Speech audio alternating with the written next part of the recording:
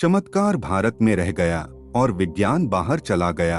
ठीक इसी तरह जैसे बुद्ध, जो भारत का सबसे महान बेटा था, चमत्कारों की बात नहीं करता था, इसलिए उसकी शिक्षाएं भारत से बाहर अधिक फैलीं और भारत में कम। तुम सत्य साईं बाबा के साथ अधिक जुड़ाव महसूस करोगे, क्योंकि सत्य साईं बाबा खुद चमत्कारों का प्रतीक हैं। लेकिन चीन विज्ञान का देश बना क्योंकि चीन चमत्कारों पर विश्वास नहीं करता।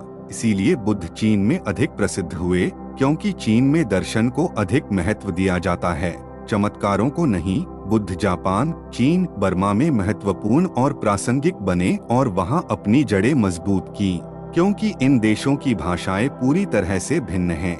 यह समझना बहुत महत्वपूर्ण है कि बुद्ध चीन की मानसिकता में इतने महत्वपूर्ण क्यों बन गए और भारत उन्हें पूरी तरह क्यों नहीं समझ सका। चीन की भाषा पूरी तरह से भिन्न है और बौद्ध विचारधारा के साथ पूरी तरह से मेल खाती है। चीनी भाषा में द्वैत नहीं है।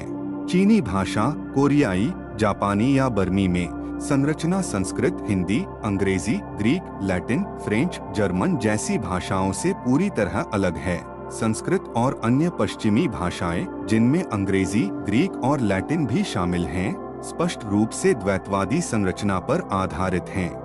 इनमें चीजों को विभाजित करने और वर्गीकृत करने का रुझान होता है। लेकिन चीनी, जापानी और बर्मी भाषाओं में चीजें अलग अलग वर्गों में विभाजित नहीं होती।